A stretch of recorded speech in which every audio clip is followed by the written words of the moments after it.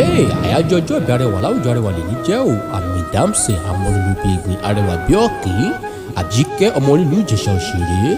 gbogbo ọjọ́ 22 oṣù kẹrin ọdún àyájọ́ ta bí ọ̀nù.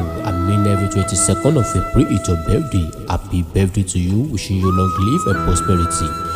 wo ẹ̀gbọ́n rẹ̀ àtàtà ló kàn sí mi lónìí o. ẹ̀jẹ̀ rẹ̀ tòótọ́ iye ti màmá.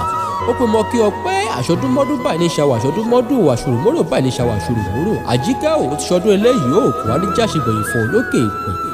Ìjẹ̀ṣà òṣèré nílẹ̀ o. ìbẹ̀lẹ̀ ọmọ tó bí ọlọ́mọ. ilẹ̀ ọmọ Ìjẹ̀ṣà òṣèré onílẹ̀ òbí ọmọ ẹlẹ́ni àtẹ ẹ̀ka ọmọ ẹlẹ́ni ẹ̀wẹ̀lẹ̀. ìran Ìjẹ̀ṣà orí ìdí ìṣáná ò ilé lọmọ rẹ wá ti mú lórúkọ. ọmọ olóbì kan òwò ti rí wọ́n nìyí. ọmọ olóbì kan wọ̀rọ̀ pẹ̀ bá ọ̀nà. obì tó fẹ́ tẹ́ná wọ̀ sápò ẹni tó fẹ́ tẹ́ná wọ̀ sínú igbó ẹ̀mọ ẹ̀rẹ̀kọ burúkú aróhun jẹ. bẹ́ẹ̀ lọmọ Ìjẹ̀ṣà mójú apọ̀nàdà. Àjíkẹ́ òwe lọ́dún sí lónìí o. àlékún owó àlékún ọlá àlékún olómọ jẹ́ tirẹ̀ ò láṣẹ ìdùnnà.